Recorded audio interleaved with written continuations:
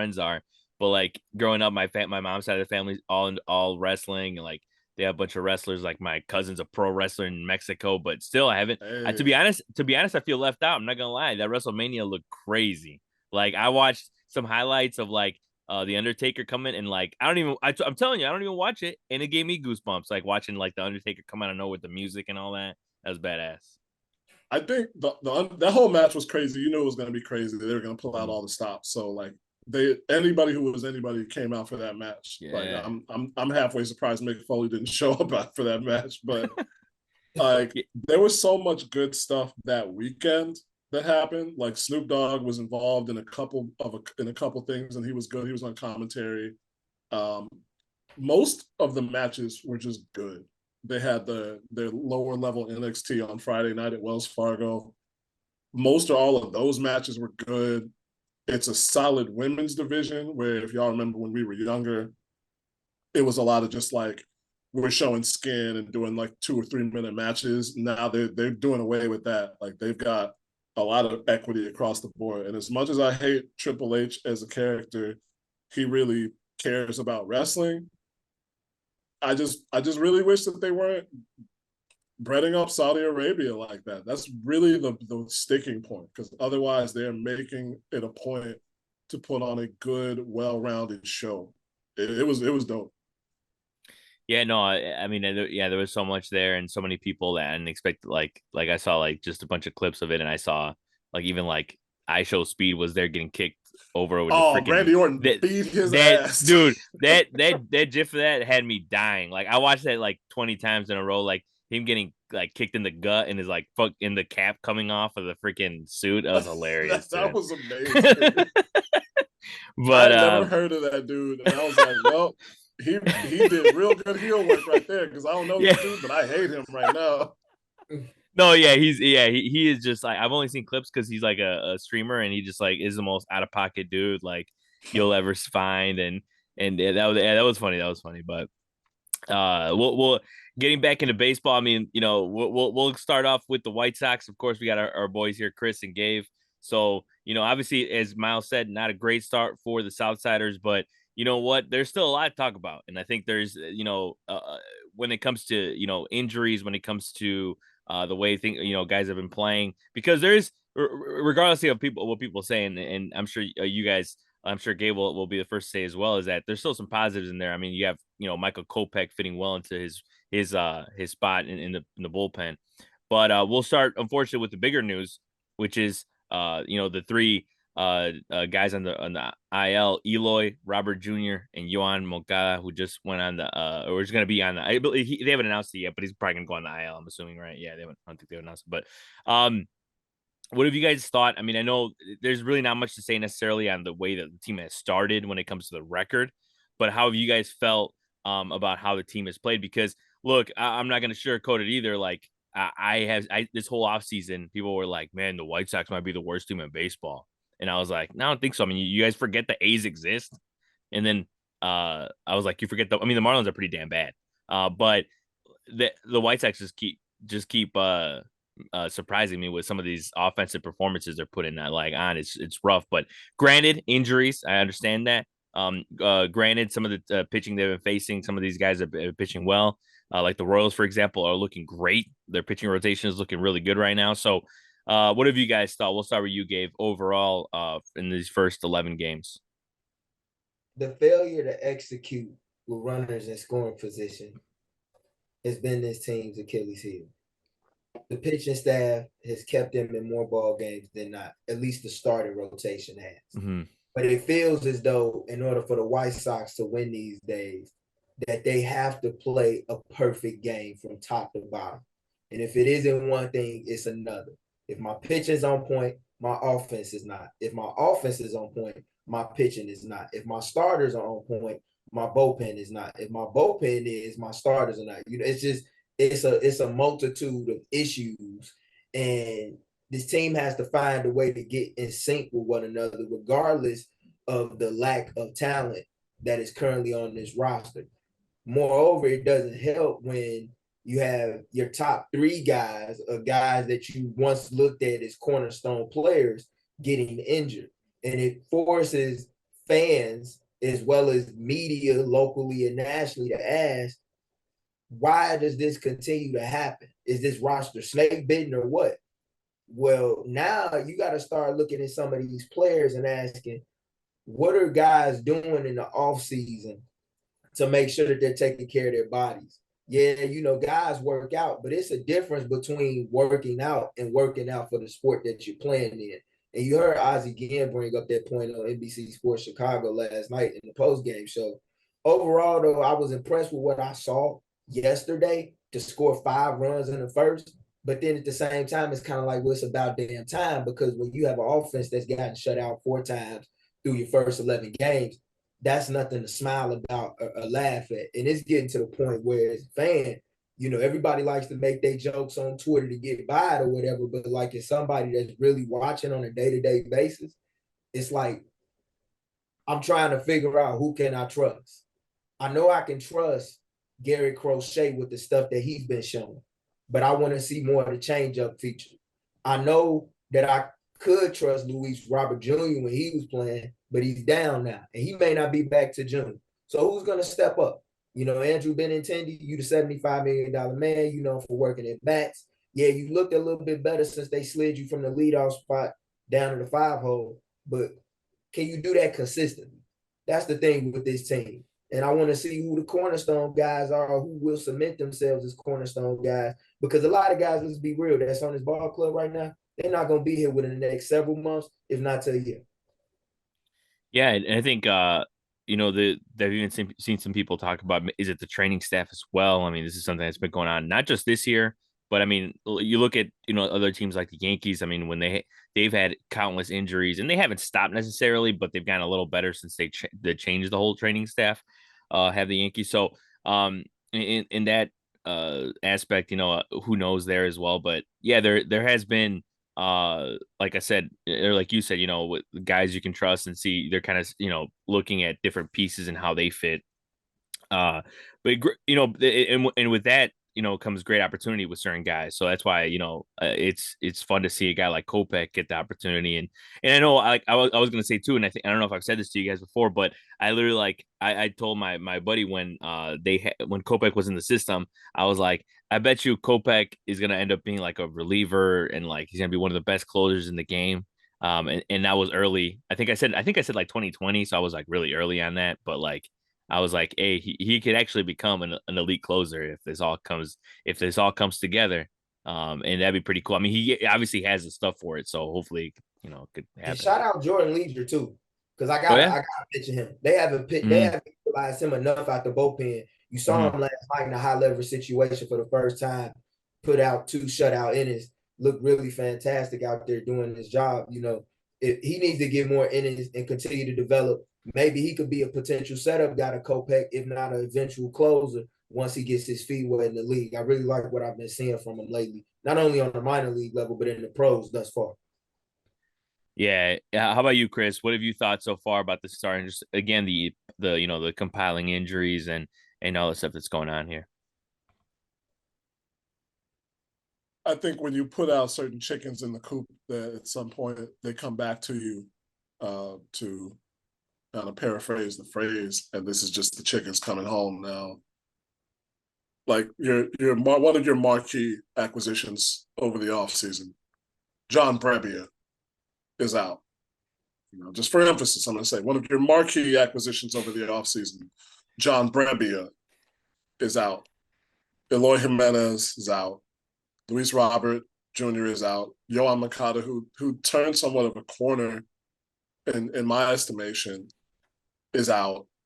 And as Gabe said, Andrew Benintendi, who's got the highest contract in White Sox history, is hitting 167. He's slugging 190. This is a guy that you hoped was going to hit more than 5 home runs in a season. Last year, what did he do? He hit exactly 5. Mm-hmm. There's only so much you can control, but who do you look to? Who do you look to in the lineup? Gavin Sheets has found his footing, but he's not a top tier guy. He just isn't. They brought in Robbie Grossman, who was only 34, but he's been around so long. It feels like you're digging in the well. And Martin Maldonado, who people talked about was going to help this team so much, is batting under 100. Now, granted, if he's handling guys like Crochet and Fetty and helping them along, then yeah, you've done your job. But what do we hear about this team? They're going to be a more disciplined ball club. They're going to be more defense oriented. Well, they are 12th out of 15 teams in terms of errors. They have a nearly 3-to-1 strikeout to walk ratio batting wise. They've struck out 92 times against 32 walks. And a sixth of those walks are from Gavin Sheets. Mm-hmm. Where does it start? Where does the turnover start? I think the most optimistic of Sox fans, and there's not really that many of us because we've dealt with this history for so long, would say this is when you're taking your medicine and you feel sick. This is the vaccine and you feel kind of crappy for a while, and then it gets better. But I don't see it yet. I just don't see it with the makeup of this team. I don't see them pushing towards a future. Like I've said in the past on this show, I thought the Cubs lied to their fans that one year where they said we don't have the money to compete.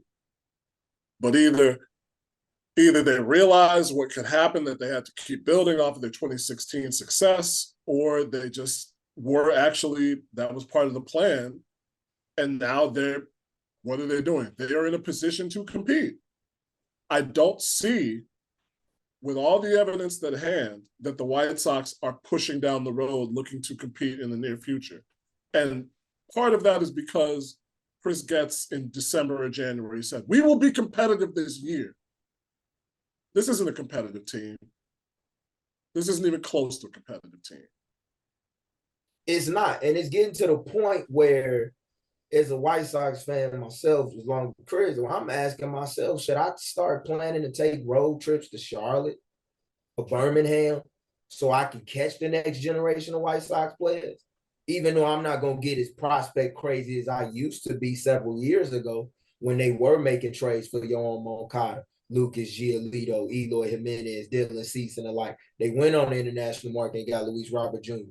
That was a special time. I remember when NBC Sports Chicago used to broadcast the Charlotte Knights games and was telling us this was going to be the next generation of White Sox players. Future Sox. The lead the next wave towards the championship. Now we back at square one all over again. And it brought me back to a quote that the former GM and Rick Hahn once said, the money will be spent. Well, I don't know when the money will be spent, but if I know one thing, just watching this ball club through the first 11 games, the money needs to be spent on building an offense up, an offense that's going to manufacture runs and help this pitching staff out. Because one thing I do know, I've seen Chris thus far to this point do more with less. I do like the fact that it's an inexpensive bullpen and it's an inexpensive pitching staff. But when you only got $40 million on the books next year, going into next offseason, you got to start spending this money. And you're going to have to accelerate this quickly. And as much as I'm still trying to figure Chris Getz out, I also know who he's working for, who he's working under. We all know as White Sox fans with Jerry Reinsdorf, he cut payroll. So when you cut payroll, it's hard for me to expect you to build a winner when you're not committing yourself fully to winning. Mm-hmm. The only thing that makes this messed up is that you told me that the AL Central was an easy division. And yeah, on paper, maybe it was. But to sit up here and not expect these other teams, such as Detroit, Kansas City, and Cleveland, Minnesota, not to get better, with the talent that they're starting to generate and accumulate in their farm system. That's not thinking with a conscious mindset. Because over time, this division is going to get better. It's going to get a little bit tougher to win. And are you willing and prepared and able to grind it out? That remains to be seen. Yeah, and that's always the question when it comes to a team that's, rebuilding or looking to rebuilding. It's like, when at what point do you try to start winning or like spending money, I guess I should say, right? At what point do you start doing certain things? Like, it's always kind of like this meter that nobody's really perfected as much as it seems like they have with teams like, like the 2017 Astros, with their minor league system, or like the Cubs with their young guys. But it's not a perfect system. And it's also a hard one to even, like, I know even some people have said that they don't really like the whole like rebuilding and waiting. Like, it's not good for a business to like be down for like 4 or 5 years when it comes to like losing and all that. That's just what some people say. As much as you can argue that it's worth it, because as a fan perspective, like a guy that like watches their team every day, like I don't know, there's something to be said. I mean, I'm still gonna be watching, so like it maybe isn't that terrible for me, but I don't know. What were we gonna I'm say, gonna Gabe? tell you why it's bad for business too, Yeah. especially going into 2025. Next year marks the Mm-hmm. 20th anniversary of the 2005 World Series championship. Oh yeah. It marks the 25th anniversary of the 2000 AL Central Championship team. Fans want to come to the ballpark. You're losing fans. You got to give them something to come back to. You got to make some big acquisitions sooner rather than later. And you talking about trying to get a stadium in the South Loop? It's put up or shut up time at this point. And money talks and bullshit walks a marathon. So the fans have snuffed the BS at this point. They may not have done it with the Bulls, but they damn sure done it with the White Sox. You're the second team in the second city.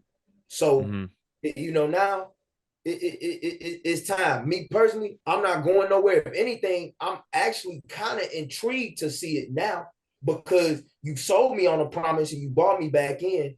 And now that promise was unkept. So now I'm trying to really see what are you about? Because I don't see them moving. That's smoke and mirrors to get me distracted from what the real issue is, and that's on the diamond. Yeah, no, I don't believe so either necessarily that they're gonna move. But yeah, I mean there is a lot of stuff there that it is intriguing for sure how guys go about starting, and it's kind of like even to not just because I'm wearing a Bears hat, but like when it comes to the Bears, like at the beginning when Ryan Poles was doing certain things and people, it's like just give it some time. I know that there's not a lot to go on when it comes to experience or when it goes like to Bears history or just like White Sox history when it comes to gets, but it's like at least give it a shot before you start cooking the dude alive. But that's the way I see it. So Miles, what are your thoughts so far on the White Sox? I know, like, they, Gabe and Chris have basically, there's no one that says it better than them when it comes to from their perspective. But from your perspective, what have you thought about the White Sox and their, with the injuries and as well as the positives? Like I said, they mentioned with Kopech and Leisure as well. What have you thought on that? Yeah, I mean, I think one of the words that comes to my mind is unbearable. Just in a sense where, and I've said this on multiple occasions where like I really, really feel for Sox fans when it comes to this because we are talking about a product on the field that is just to say that they're not cutting it is an understatement. But I am very hopeful when I look at pitchers like Crochet and Kopech who are going out there and just absolutely shoving. My girlfriend and I were at the game last week when Crochet just dismantled the Braves, and it was so fun to watch. Overpowering dudes, and it's those little things where it's just okay. If I'm a diehard Sox fans, if I'm a diehard Sox fan, this is something that's going to keep me engaged.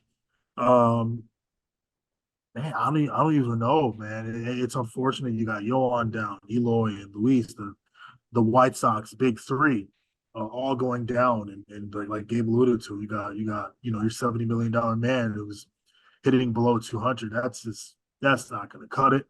Um, and I think for the most part, what I'm hoping for the White Sox, even going forward for next year, is just give these fans something to hold on to feel good about it. I don't like the whole blowing the smoke up these fans. It's just not fair. It's not fair to the fans. I think every player that goes out there wants to perform well. They all want to win.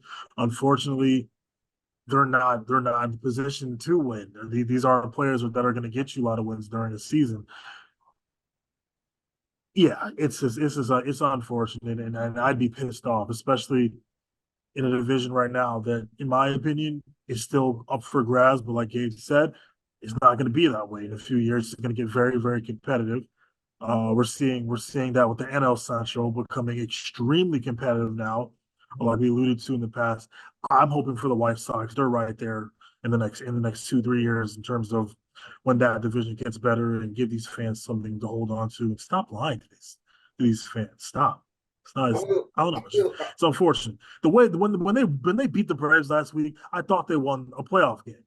It felt It like was just man, bro. Like I just it felt, felt like. oh man. Did you experience how hard it was just to watch? Because even down to the last out, Atlanta made it a game, and that's Yes. always been the White Sox way the last 3 years. It's never been a win where fans could just be like, "Hey, it's a 7-run lead, top of the ninth, Yeah. we're going after the game." It's not that way when you watch White Sox baseball right now. And it hasn't been like that since 2021. And I think that's why a lot of fans are so upset, because in 2021, I didn't go to a playoff game, but I had a chance to. And I remember I told my grandma, she's like, "Why you didn't go?" I said, "Because, they're going to be there next year." Taught me not to take it for granted. And I should have never said that, knowing my history with that team as a fan. But I learned a lot of valuable lessons from this rebuild as a fan, and the way I watch is different. I watch the minor leagues now more than I ever have before, and I'm closely tracking guys on a day-by-day basis. And I'm not trying to hype up guys or tell you that Samuel Zavala is the next Julio Rodriguez because his numbers may say it or whatever, but I am watching these guys on the farm. And what I've seen in Double-A Birmingham has been cool to watch. And that might have to be the way for some diehard White Sox fans to get through this rebuild. Watch the guys that's going to be a part of the future. Because some of these guys that you're watching up at the big league level right now, they're not going to be it. And some of these younger guys are going to have to get more reps and playing time, like Corey Lee and guys like Milanine. So you got to see what some of these guys are made of. Because if they're not ready, you got to ship them off and get talent that's able to help you in the now and the immediate future. I agree. Like I wholeheartedly agree with that. I think Corey Lee's start has been nice to see. As like at the very least he looks good. So can you get him to split, say 60-40 time with Martin Maldonado instead of sending Maldonado out there every 8 days just to not hit, to not hit at all. But when you're talking about the guys on the farm, we've done this. We've done this dance. Yes. We've done this dance. And they're like, can you be confident that once they get to the majors, everything isn't going to be shaken up because of some Bears-like transition of the coaching staff or some silly ideas that is going to take them out of what they do well? Like we saw Eloy play 100+ games and hit very well against teams. We've seen Luis Robert play a number of games and hit very well against teams. I remember people talking about, why did you change this guy's stance in order for him to hit for contact when he is a very good power hitter to the pull side? Like, why are you taking these guys out of their comfort zone when their comfort zone enables them to be all-stars? That's what gets on my nerves, because you build the organization from the top down, right? True. But in the farm system, you have these guys succeeding.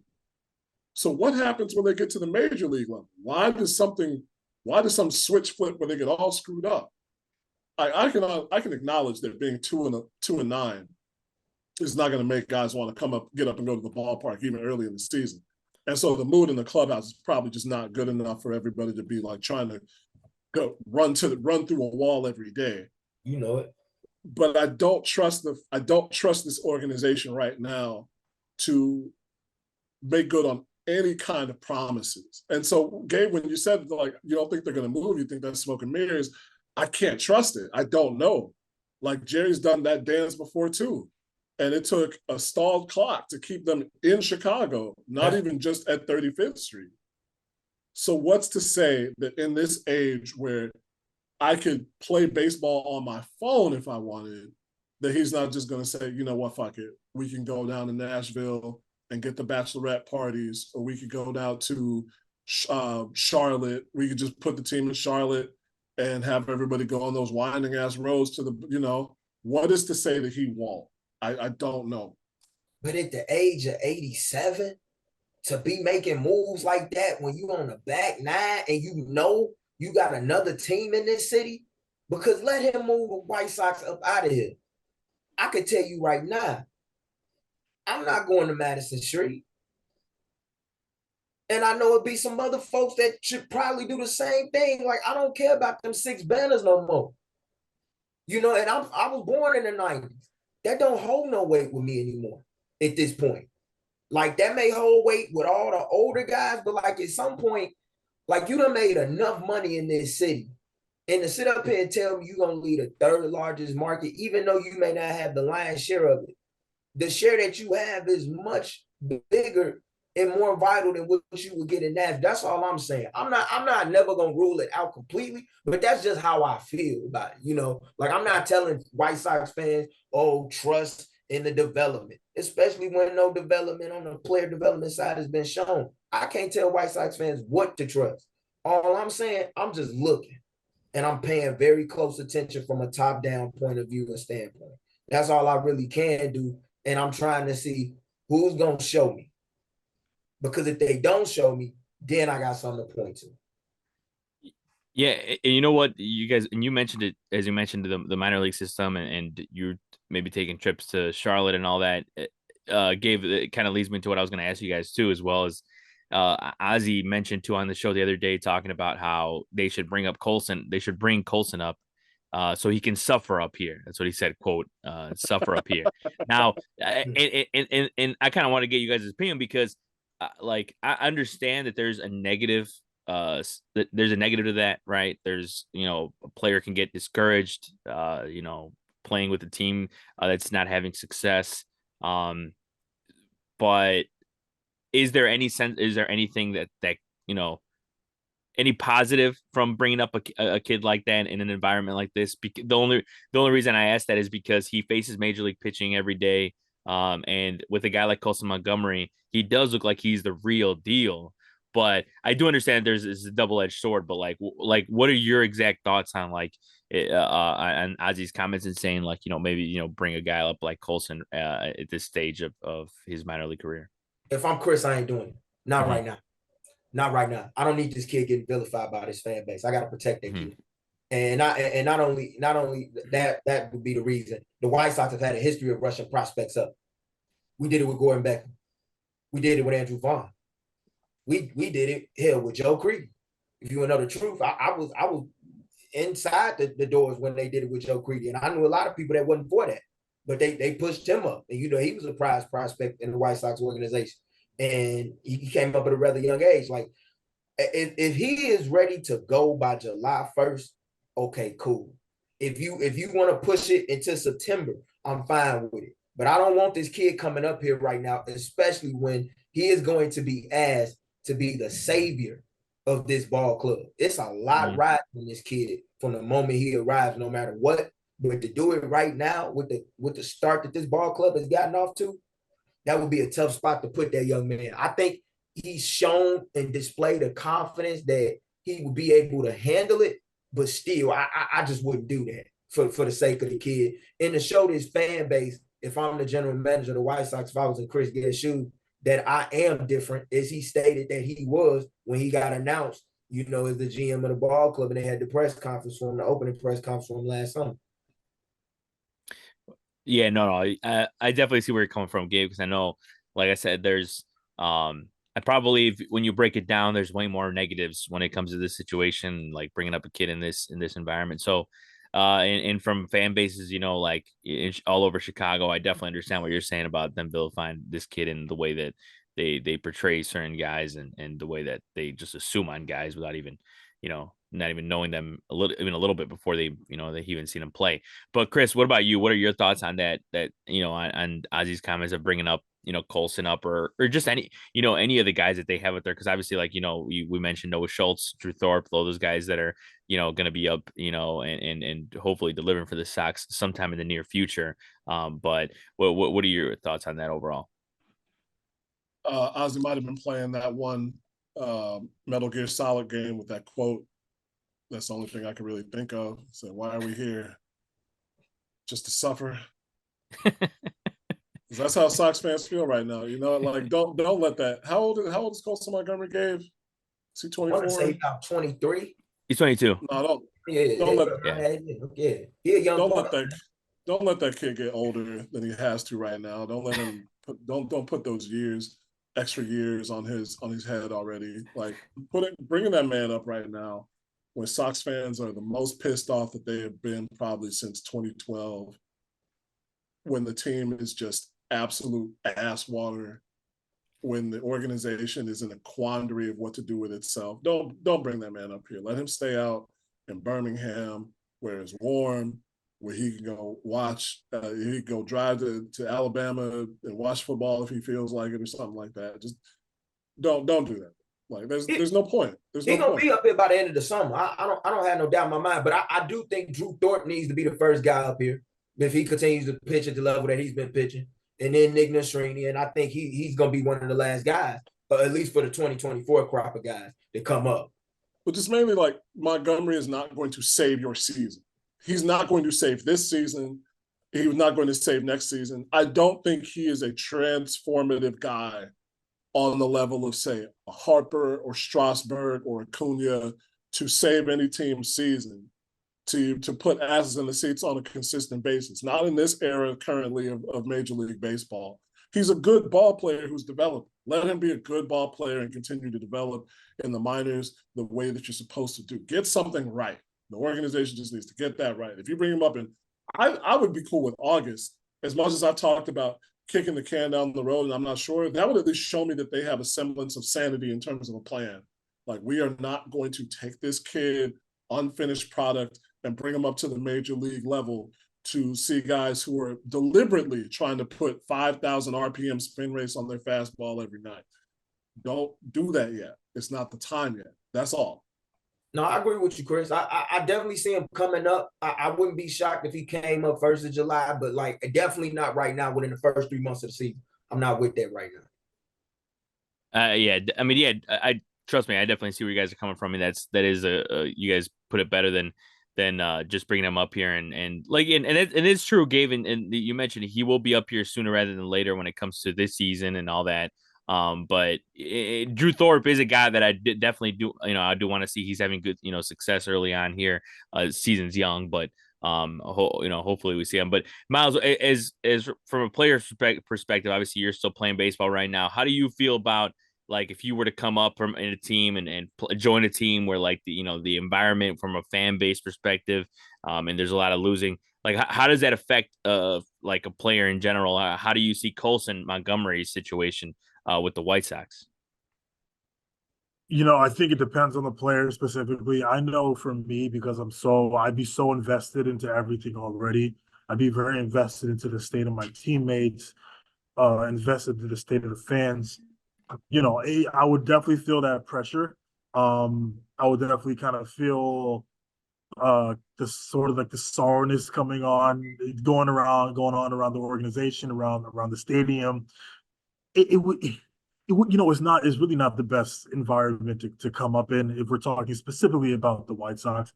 Now we've seen teams who have, maybe they're in the rebuilding stages and they've called up players and there is like there's a lot of optimism surrounding that player.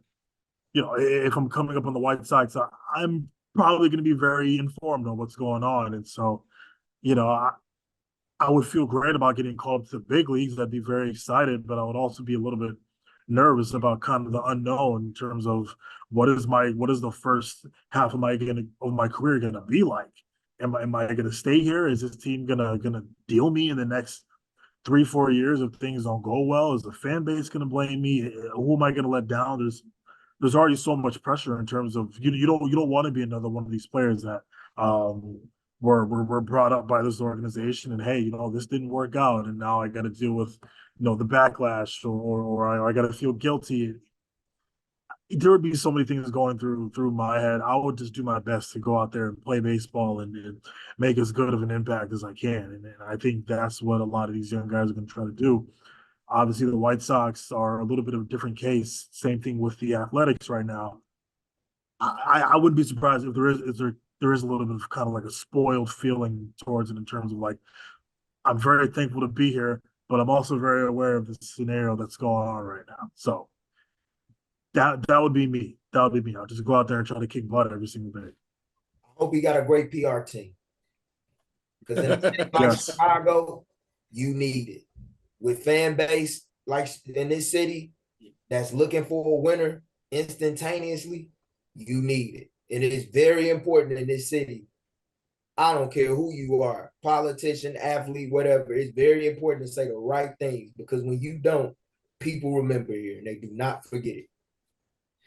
Yeah, that's an understatement with Chicago. I mean, just all you have to look at too, if you're an outsider looking in, is just look at the type of uh pre-hate that Caleb Williams is getting from all Man, over social media, because that I Yeah. don't think even for a fan base like the Bears or Chicago fan base, even that seems a little unprecedented. Like that level is pretty crazy to me. But Yeah. yeah, and so that it is rough, and I hope that whenever Colson comes up, he's able to have the right people around, because like how Gabe said, have a good PR team and have that Yeah. help him out, because this is what the city of Chicago hopes is one of the next stars Good of the family and sport. friend So support as well. exactly, absolutely, exactly. Yeah. absolutely. That's a first. That's really a must to have as any athlete. Yeah. I tell people that all the Yeah. time. 100%. Now I know Miles does have to get out of here soon, so we'll shift over to the Cubs to get his thoughts. Of course, the Cubs are 7-4 to start the season. There's been, the Cubs have had their share of injuries when it comes to Steele, Tyone, now Merriweather. He's shut down for at least 8 weeks, so that's unfortunate. But of course, overall, it's been positive when it comes to some of the games. I know we're recording this on Wednesday the 10th. On Monday we've already flushed down the toilet. Don't with the Padres comeback. Of course, the Cubs were up in that game, 8-0, and the Padres came back. But luckily, the Cubs bounced back and won the game on Tuesday, 5-1. But Miles, what has been your thoughts? Whether it be just anything on the Cubs, whether it be the injuries, the guys stepping up like Ben Brown, who's pitching well. A lot of the talk has been Jose Cuas, and like, should he sent him down to AAA, which of course people overreacting over a couple appearances. I will say this. I'll say one thing on Jose Cuas is that we know he has the stuff, and I've heard multiple people. This isn't just me saying this. That even when he came over from Kansas City, and I know Gabe mentioned it when the trade happened last year, but like he was never a finished product, and he's not a finished product now, and he has great Yeah. stuff that we know of. So I think people got to chill out a little bit on Jose Cuas, and like when it comes to a team that is searching for bullpen arms, and getting guys into each role. I mean, this is just like it's classic, early Cubs fans and like or Cubs, kind of jump, on the edge of the mountain early on the season, like it's not that serious. But and then also guys like Christopher Morel who are going off. I mean, he hit a grand slam. He's got 3 home runs, and the guys not being talked Yeah. about enough. Also, I will say as well as Ian Happ. I mean, this dude's like Yeah. he wakes up and he's on first base. Like this dude's got 14 hits, 9 walks, got a 434 on base percentage. Even like a guy like Mike Talkman also as well. Like that dude has 8 walks and 14 at bats this year. So what Shout has out been Bradley, baby. yeah. I didn't know you went to Yeah, Bradley. yeah, Yes, yeah. sir. Okay. The Palantine Pounder, also former Bradley. What are they called, Chris? The What are they? Braves, man. The The Bradley Braves. Braves. Okay, okay. But Miles, what has been your thoughts overall on this start from the Cubs? Very optimistic, and I'm very happy just in terms of how great we're working these at bats. There's really not a lot of chasing going on. Specifically, I kind of want to highlight Christopher Morel, who I think has just made incredible strides this year. I love that he's getting the opportunity. And when I'm talking about incredible strides, I'm talking specifically about the offense. I know that there's questions about the defense and him at third base right now. I think that'll work itself out in terms of what he'll be the DH spot or magical, whatever. But I'm really just loving how this team is really coming into its own right now. And Seiya Suzuki, I mean, dude, are you kidding me right now? He is just on fire from opening day all the way to now. Seiya, and I think he had another 2 hits last night. Mm-hmm. Just great. Three, It's three just actually. great. Yeah, It's 3, yeah. And yeah. so, dude, I love it. I'm loving every second of it. The resilience of this ball club. Yeah, we got punched them out the other day, and then they came back and they handled their business last night. And so I think for me, I guess what we're going to talk about, when it comes to the pitching, this is kind of the point that I made last week. Yes, it's early. I hear the frustrations of a lot of Cubs fans, even though I think some of you are dramatic as hell. Um, They can't help. they can't help it. Um, yeah, with Jose Guas, yeah, it's been a little bit rough, but also, I think Hector Neris has also gotten off to a rough start, and Yancy Almonte has also gotten off to a rough start as well. But I think we're gonna figure it out. I really believe in these guys, especially Hector Neris. I think his resume kind of speaks for itself. Yeah, with Jose Quaz, if we're still struggling and we can't get the CRA down to at least like 6 or 5 by the time late May comes around, then all right, then I think we consider moving some pieces around and maybe giving Carl Edwards a shot. If I'm not mistaken, didn't they like sign him again the other day? Yeah, yeah, they did. Yeah, I would just love to see him back up because I love me some Carl Edwards Jr. So overall, very, very proud of this ball club. Uh, I think the schedule is kind of weird that we're not facing anyone from the NL Central until May. Um, but I am very pleased with how we were playing as a whole, how we're working at bats. We saw it in the Dodgers series, man. Really, really making these pitchers work.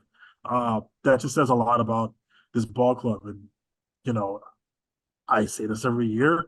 I think we're gonna be good, and I think that it's gonna be very interesting to see how we address some of the issues that are being brought up right now by the deadline. I think that is gonna be very important. The Brewers are off to a start that I wasn't ready for, particularly. I kind of thought that this was gonna sort of be the Cubs Cardinals, but the Brewers have gotten off to a pretty good start. The Pirates got off to a hot start as well. Overall, a lot of good things to look forward to for this ball club this year. But I think the last point I want to make before I get out of here is I think Michael Bush has also made a name for himself. oh yeah, I've been vouching for this guy pretty heavy since he's come over here. Um, yes, yes. Once again, we're gonna see early season struggles from some of these guys. But Michael Bush has done great. Nicky Madrigal has done great defensively, and whenever we got to get more all out of the game for whatever the reason is, just for that late game defense, it's great. I'm super proud of this team. I cannot wait to see how we develop more as the year goes on. And so, yeah, go Cubs, go! Had a lot of fun seeing the boys last week, and looking forward to seeing more games this year. yeah. But me and Miles were at that disgustingly wet and nasty game against the Rockies, both literally and figuratively, dude. Because Dude, that game, like, did you see Miguel Amaya playing catch with the snow coming down before yeah, the game started? yeah, Like, dude. man, these Like boys are ready. the White Sox had the I guaranteed rate field there was a snowman on somebody made a snowman on the field before the game. But yeah, no, that was crazy. I mean, the Rockies were down 8-2. They came back to make it 8-7, and or Yep. 8-8 I should say, and the Cubs ended up coming out with the win. But yeah, no, yeah, and I will say too, another thing is that with the bullpen is that people, I think what people don't realize too is that going into the season, the Jed's mission, as you can tell, it's very plain and obvious, is that they're gonna see if they can ride it out with this bullpen until a Yes. deadline, and then go out Mhm. there and get a guy. Like, I'm not saying this is the guy they're gonna get, but the type of quality a guy like a Class A or something like that. In general, like got an elite closer or an elite reliever. Again, easier said than actually done. So it is going to be interesting to see what happens with guys like Quas and being able to fill in spot for like Merriweather, who was very important to this bullpen, and we're going to see how important he was now that he's going to be gone for a couple months. So um, Yeah. that's the one thing that I was thinking about. But yeah, and I will say too, great series win over the Dodgers. Yeah. I got one of my buddies who's a diehard Sox fan was saying the Cubs didn't beat them; it was the weather. Uh, so I mean, it is one of those things where I'm sure the weather did help out in that. But it was cool to see Shota Imanaga, who's just It didn't killing it, bother dude. Shohei during that series. It Exactly. did not bother him I know, one right? bit. I know, right? Yeah, exactly. Dude, he like that one-handed home run to like the right field corner was crazy. So yeah, and I Oh mean my we gosh. saw, but the thing is though, is that just seeing that Dodgers team just shows you how annoying like they are. Like it's Oh, one thing when you see them facing another team, but when they're facing your team, it's like, dude, when does it stop? Like just like lay like down. They come they on, never they man. don't. Yeah. Freddie Freeman has an off day. That's fine. Teoscar Hernandez, we'll just go 3 for 4. Okay, amazing. You I know, love it watching doesn't things like that. stop. I love 100%. things like No. that. Yep. Even when I'm rooting against a team like the Yep. Dodgers, because Hmm. they make you sit on the edge of your seat every time. And to me, Yep.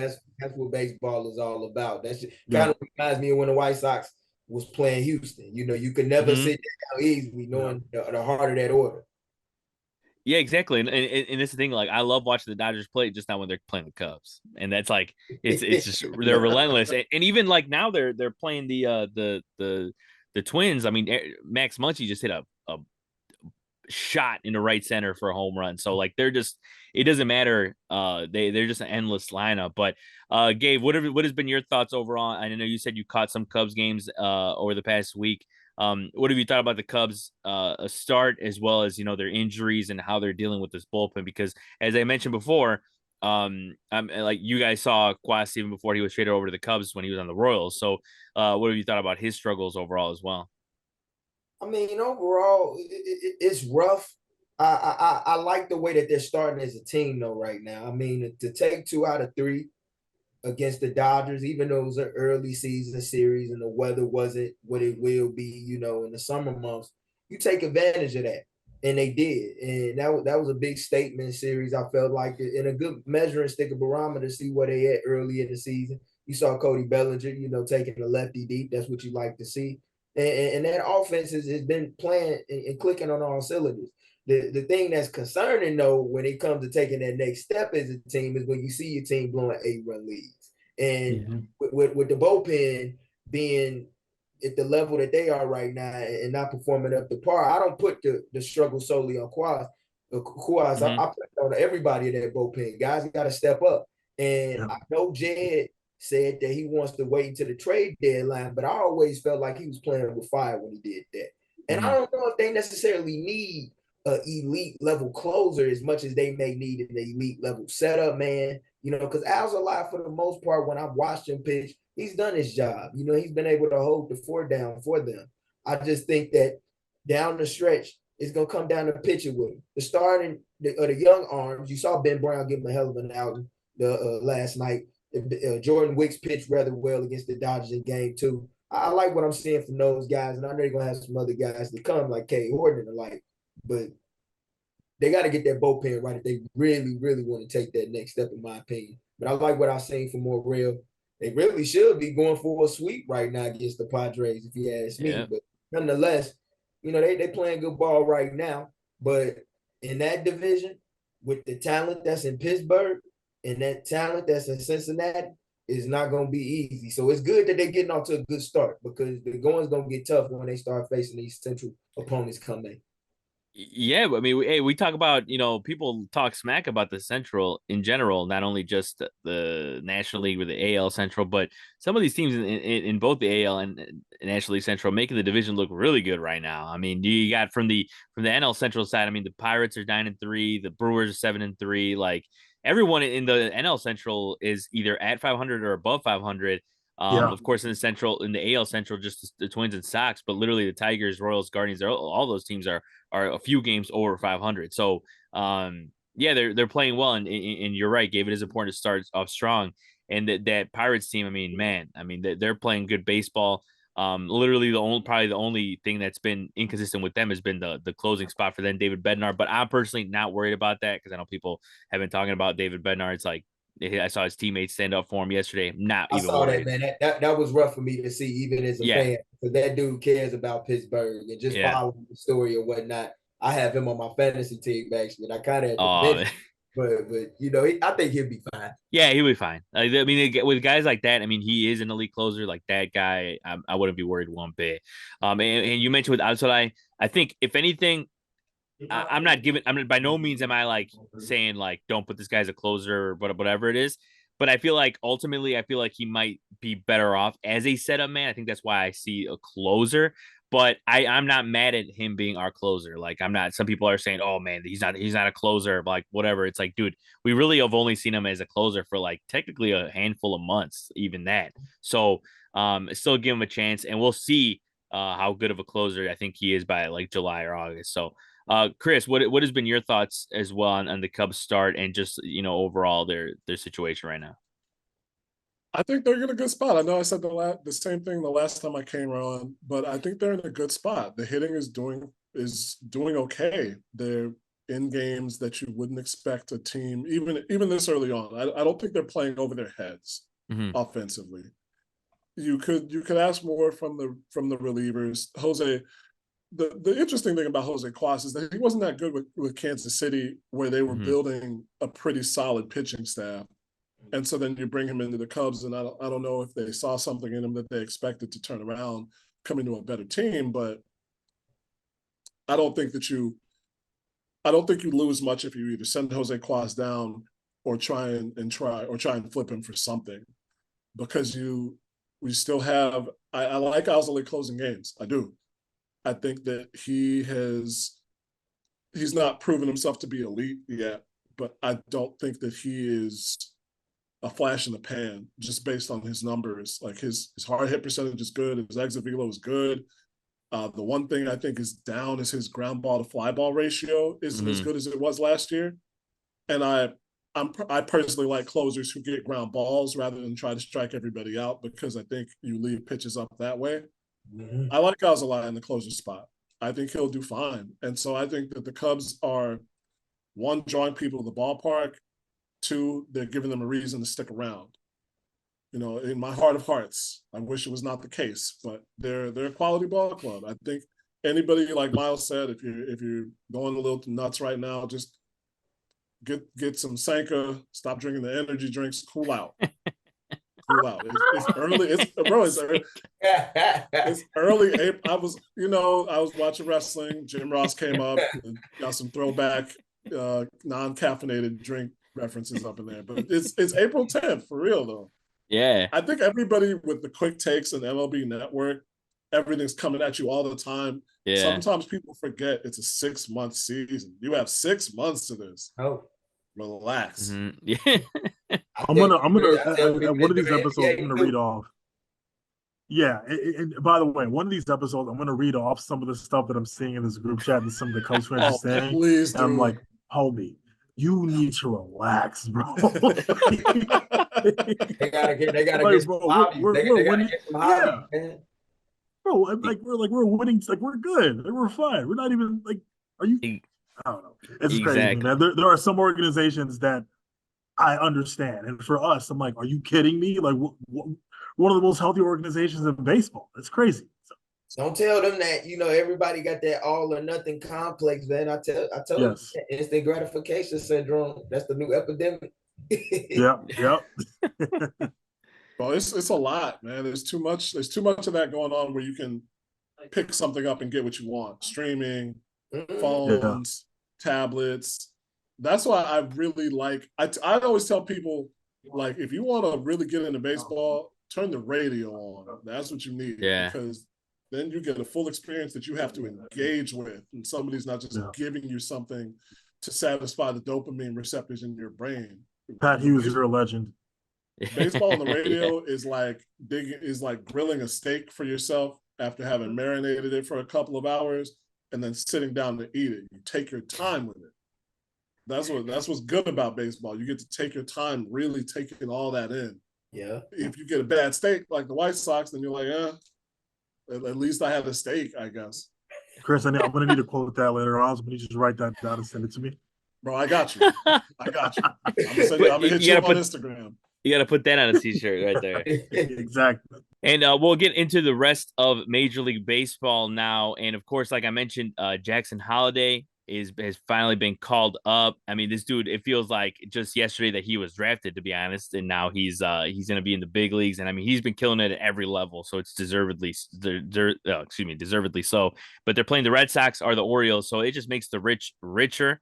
And I want to get you guys' thoughts on what you can expect from a guy like Jackson Holliday. I know, Gabe, you love watching those minor league games and watching those minor league clips. So it's like, what do you think about a guy like Jackson Holliday now coming up, and what kind of impact he's going to have with this Orioles team? Because I mean, we know he is as an elite prospect as we may have ever seen, right?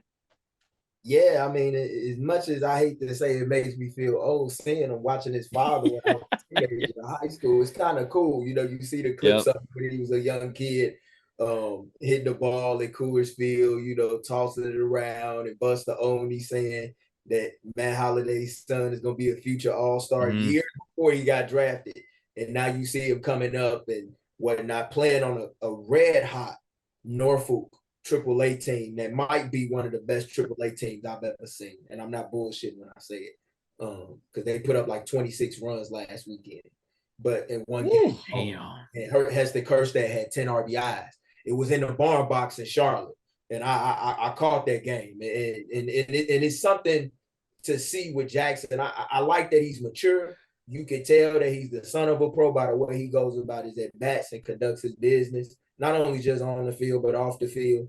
You know, and it just goes to show you how when you in that life and you about that life, you can, you know, manifest you turn your dreams into reality. So I'm excited to see what he's gonna bring to this Baltimore Orioles club. Not gonna be a lot of pressure on him to perform right away, but anything he gives him is a bonus, and he's winning the number 7, which is a divine number, you know. So I hope that, you know, he does well in it, and they really ushering him in the right way because they haven't issued that number out since Cal Ripken's father, Billy Ripken, Cal Ripken Sr. rather, was the manager of the Orioles franchise. So I'm excited to see what he does in it. Yeah, it's cool seeing the clips of him. And yeah, you're right, Gabe. It does make you feel. I mean, all these guys. I mean, like you're seeing just the fact that you see guys like Fernando Tatis Jr., who you saw a little bit of his dad play. Like now we see. I mean, Matt Holliday. I saw plenty of Matt Holliday, so that definitely makes me feel real old. And but yeah, I'm excited to see what he does because that just seeing his stance is like his presence in the box and his bat speed is pretty intimidating, and I'm really excited. And that's the crazy part, Gabe, that you mentioned is that he's got no pressure on him because that lineup's already stacked. And that's the part I think is gonna make it an easy transition. So we'll see what happens. But Chris, what's your thoughts on Jackson Holliday's debut? It's wild to me that Matt Holliday's son is 20 because I swear he was just playing, bro. What? Like, shouldn't his son be 12, bro? Come on. That makes me feel hella old. Like, I don't, you know what? Here, that's my stance. I'm mad that this kid is getting called up because he should be in 8th grade. That's my stance. Like, I'm very upset. No, Yeah. I think it is very cool. The Orioles they were in such a like wilderness other than that one year when they made the ALCS for so long. It was like the Tony Tarasco what was the kid's name that reached over the wall and got the home run out of the Jeffrey Meyer. Yep, it was like ever since Jeffrey Meyer, it was like the Orioles were like stuck and Peter Angelos didn't know how to do right. And so he finally let go of the purse strings and then just sold the team. So they've got that on their side. They have brought in all these good prospects. They finally figured out how to develop pitching. And it culminated last year in their first real breath of fresh air in decades. So them being able to not only have the number 1 prospect, but call him up in a time like where both of you said, where Gabe said, he is not being looked at to save the franchise, save the season. Because you have Adley Rutschman, you have Gunnar Henderson, you have these guys who are already hitting. I love that they kept Anthony Santander when a lot of people probably would have said trade him to get a return, but you have a guy like that who can hit home runs and be a sleeper late in your lineup. And so now all this dude has to do is get his growing pains out of the way. That's all he has to do. He's not going to be looked at to be a superstar out of the box. I think the Baltimore media is not the same as say New York or Chicago, but they want winners for sure. But I think the way that the Orioles are, they have garnered enough social capital that my man has time to find his footing. So it's really good. But still, Matt Holliday, bro. Like, how old are you, bro? Like, I'm upset. I'm upset about that. That's it. That's the one thing I'm upset baseball about. players be getting married young. I Yeah. know, man. Like y'all need to be like Jeter, Joe. Like wait till you retire. He hit Like the last of the dying breed for real. see the world first. See the world, man. It's, see, that's all I'm saying. No, you're right. 100%, 100%. Yeah, no, you bring up a good point. It does kind of make you like, damn, like how is this dude like not like in grade school still? Like he's gonna be out here. He's gonna be out here going deep off Cutter Crawford today. So like, I mean, it's crazy. But And Buster Olney is right with that yeah, future All-Star prediction. He imagine. might need to go from being a beat writer to a scout. Because I want to talk. I mean, the thing is though, is that you watch the videos of him when he was a little kid, and he actually Yeah, had a good swing as a little that's what I'm kid. Like it's not saying. even like anybody sees that and be like, "Yo, like that's a clean little hack, a Yeah, he healthy was hack real he good. has." So it's funny, but it's really awesome to see, and hopefully it turns out well. But from the positive side, there is a negative side of baseball right now that everybody's talking about, and that's the pitching injuries that are going on right now, the compiling injuries. You got injuries to Shane Bieber, Spencer Strider, Yuri Bettis. Like, I mean, the list goes on. I can sit here and name all these dudes. There's so many guys that are getting injured, and this is not just this year, but the past few years. And even guys like Jacob DeGrom who can't stay healthy for a full season. Um, what do you guys make of this? Because there's been a lot of talk. There's been a lot of people talking about, and whether these opinions are correct or not, or whether you think these are not it or whatever. But there's been people talking about it's the pitching clock. Other people talking about that it's the way that we pitch now, the way that pitchers throw the ball, how hard they throw it, the stitches on the ball. You know, the way that they treat minor leaguers, that they shut them down too early. They should let them go a little longer. It's a whole can of worms when it comes to where you think this stems from. But what do you guys think it comes from, and what do you think that Major League Baseball can do to kind of better it? Because I don't necessarily think anybody has the answer for it, but I think that Major League Baseball is going to have to figure out something soon because I mean, you don't want. I mean, you don't want any injuries ever. But when you got injuries to some of the best young pitchers in the game, it really takes a lot away from the sport, and it kind of puts fans in the spot where it's like, man, like what is going on? And I think it's finally come to it. And for people that just like us, like are in the trenches of baseball, like we know day in and day out of this game that this is not anything new, but it's something that people are bringing up now. Chris, what have you thought about this, and what do you think is a solution? You got to go back to what pitching was before, where you're not trying to engineer, like biologically engineer guys to throw 100 or 99 because you're putting stress on joints that aren't ready for it. There's some guys who, like Aroldis Chapman, are built to throw like that, and they have the mechanics that work for it. But you're trying to engineer these impossible spin rates and high velocities, and you're trying to just like when you're trying to maximize mathematically against putting the ball in play, where a sport that was built on putting the ball in play, you're trying to eliminate the defense. It's not going to work. I think it was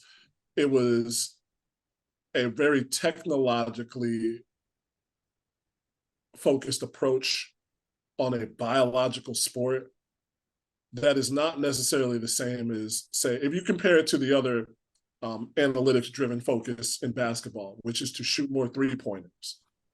This is still a fairly natural motion.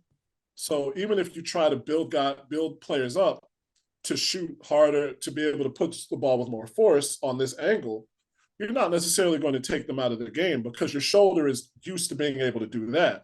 That's why you're seeing more 3-pointers and longer 3-point shooters in both the men's and women's side of the game. But with baseball, this is not a natural motion that your body is going to be used to for your shoulder and your elbow. I'm not only doing it just because we got people watching. I know you guys both know this. So when you try to engineer that and then also add the wrist in it, turning, trying to get more spin rates on balls, it wasn't sustainable. It was never sustainable. You have to have teams that say, okay, we are going to live with the results of finding guys who have good enough stuff in terms of your changeup and your fastball and location to be ready to field and try to throw more ground balls. If you have guys who can hit the ball harder, fine. But you've got to change it to where these guys aren't putting this much stress on their arms. I was worried that it was going to happen to relievers sooner. So my only surprise is that it's happened to more starters. But we're trying to just put in relievers like the Kansas City Royals model, where we're going to throw 4 guys out there who throw 100 and then have unhittable curveballs or sliders. It's something that only works for so long because these guys aren't machines. They're not just numbers on a page. And I think this goes back very far. I don't want to take up too much time. I want to let Gabe get his time in. But I think once the Moneyball era spread to big money ball clubs, and they were trying to find these points of success on a spreadsheet, and then once it came time, it's like, okay, well, how do we minimize runs? Well, don't let them put the ball in play. Emphasize strikeouts. What's the best way to emphasize strikeouts? Throwing the ball past everybody. Then everything was on the clock. And now the clock's come to 0. Y'all remember Joe Maya, who used to pitch for the Tigers? Yep. Mm-hmm. Man, I remember the first time I seen him pitch, he was throwing like 100, 103 fast. Yeah. And it was just like, I was mesmerized by that. And I remember the oohs and ahs he would get just hearing the pop of the glove. How long did his career last? That's what killed it. We've become so obsessed with velo, to where we're not focusing on the fundamental aspect of what pitching is all about. And it's what Chris said. It's about getting hitters out by any means. If you got to use ground balls to do it, so what? If you can strike out 10 guys out, go do that. But you shouldn't have to go and throw 95, 98, 100 every single time to do that. You're supposed to have pitches in your arsenal where you can be able to finesse and get guys out left and right. And I think it's starting at the youth level. We talk about what Major League Baseball can do in the game. It starts at the youth level. Like, you got kids out here that's 12 years old that's just learning how to pitch, and you teaching them how to throw change-ups when they barely got their fastball developed. And that's why you got kids that's young at 13, 14 opting to get TJ early. And it's like that kills me. I don't get that.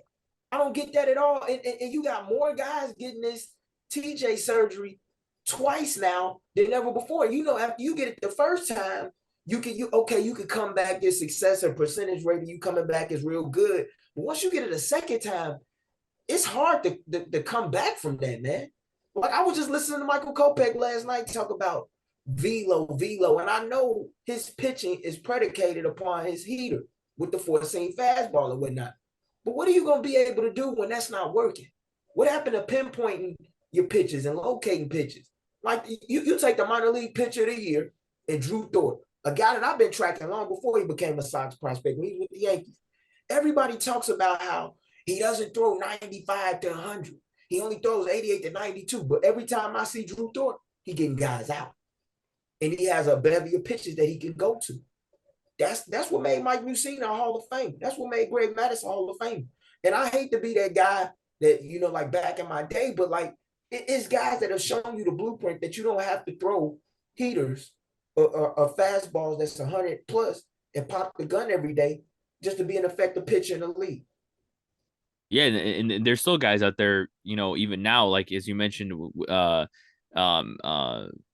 Drew Thorpe, like there's still guys out there, Kyle Hendricks, Sonny Gray, that have had Chris Bassett, that have had long careers, successful careers, throwing, less than 95, less than 96. So it's like the proof is right there. And I don't care what anybody tells me now, where we sit at now in 2024, in my opinion, that's more entertaining to me than throwing 100. I mean, we see so many guys throwing 100 now that it's not as entertaining as it used to be. When Aroldis Chapman came up and Aroldis Chapman, was lighting up the speedometer in the All-Star game, there were oohs and ahs, and now everybody does it to the point where it's not, something that I'm like, keen to see. Like, I'm actually more interested to see how a guy like Sonny Gray or Kyle Hendricks is going to get somebody out. So I think that's the way I see it.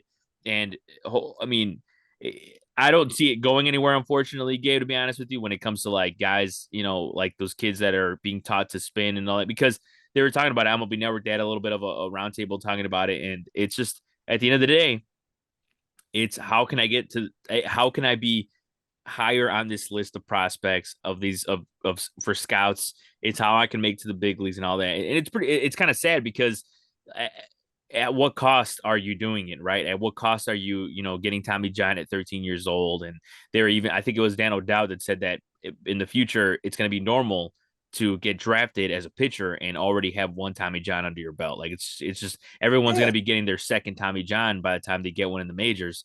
And that's just like, man, it's really messed up, honestly, because growing up, like when we were younger, they were always talking about like, don't throw a curveball until you're like 16 or whatever, right? And all Right. this. It was They wouldn't about let your you throw arm curveballs. and learning Exactly. how to pitch and pinpointing your pitches.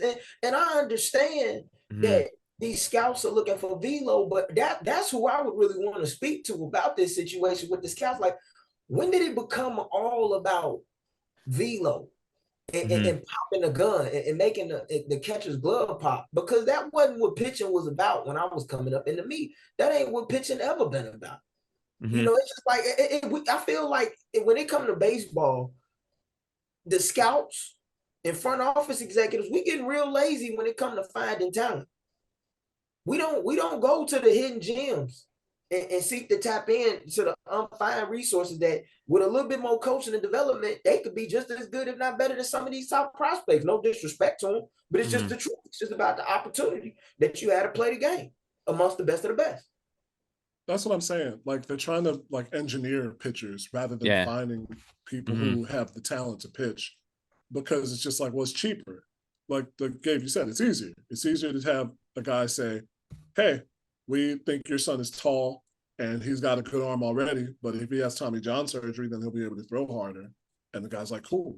You have specialization, taking so many players, kids out of the comfort zone where you're playing baseball year round without too many breaks, because at a certain age you can take it. Up until you're 20, 22, 23, you can take it because you're just young. And then you're start to get hurt because you've logged however many thousands of hundreds of thousands of pitches on one arm. This is one arm that you're doing this on. Again, with basketball, right? You dribble with both hands. You can shoot with both hands. The best can shoot with both hands. They can use both sides of their body for one thing, but pitching, you are making the same motion every day, hour after hour, on one side of your body. And you have to try and combat that. And at a certain point, you can't do it. Like, you're talking about the best guys are the best. We went back into the books, right? But I still remember going to a Sox game in, I think, 2009, and Justin Verlander was pitching for the Tigers. And remember, Verlander came in and he was like a wild colt, throwing that 100 whenever he could. And he was good in his first full season, but he wasn't consistent. But 3 years after that, four seasons after that, he came out and he was throwing like 94, 95. And I'm like, oh, the Sox got him, but he was locating. And they didn't touch him until they got a lucky break in the 7th inning, or I think the 5th inning maybe. And there was an error. And so it was a 1-1 game. Sox got runners on in scoring position, and Carlos Quentin came up. And this was after 2008. So Carlos Quentin was that dude right then. Right. And Verlander's first pitch to him was 100 on the outside corner. And I was like, this motherfucker, he slow played us. Because he had learned to pitch. He learned to tune it up late when he needed to. He could always do it. No, you're right. But he could throw 95, 96 with his body and still locate. He could go to 94 if he needed to and locate it and mix his pitches up. That's what seems to be lost when you're just like, we want these guys. And that's why I am impressed with Crochet, because even as he's throwing, hitting those high double digits, triple digits, he's still locating fairly well. He's still mixing his pitches. Like Gabe said, I want to see him use his changeup more. That's what we didn't really get the chance to talk about Ben Brown, but when I looked at highlight tapes of Ben Brown, he's getting guys out on that disappearing changeup. He's getting guys out up and down and in and out in the zone. And his fastball average velocity is below 95. So if he's not succeeding now at the major league level, don't try and get him to rear back and throw him as hard as he possibly can, because you're going to get 1 or 2 good seasons out of him, and then you're going to toss him on the scrap heap. And it might save teams money but it doesn't do any good for the game. And so that's where it has to come from, teams going down to college and high school, where you have to say, we are not trying to make guys who can throw 100 for us for 3 years and then they're going to be injured, shot to hell. We have to look for pitchers. We have to develop pitchers. And if the teams in Major League Baseball say it, then the scouts and the college coaches and the high school coaches and the parents are going to take notice, and they're going to stop doing all this crazy shit. Yeah, we got to develop players too, though, because you got so many kids like on the high school level, all they doing is pitching. They're not playing no other sports. They're not playing no other positions on the field. You just using him as a pitcher. Them dudes to run some track. Too much. That's too much. Them dudes to run track, play volleyball, play soccer, do something else. Exactly. Candace Parker, all-state volleyball player. Yep. Caitlin Clark was going to be a dynamite soccer player, and then was just like, I want to focus on basketball. All of these who is it? Let's go way back.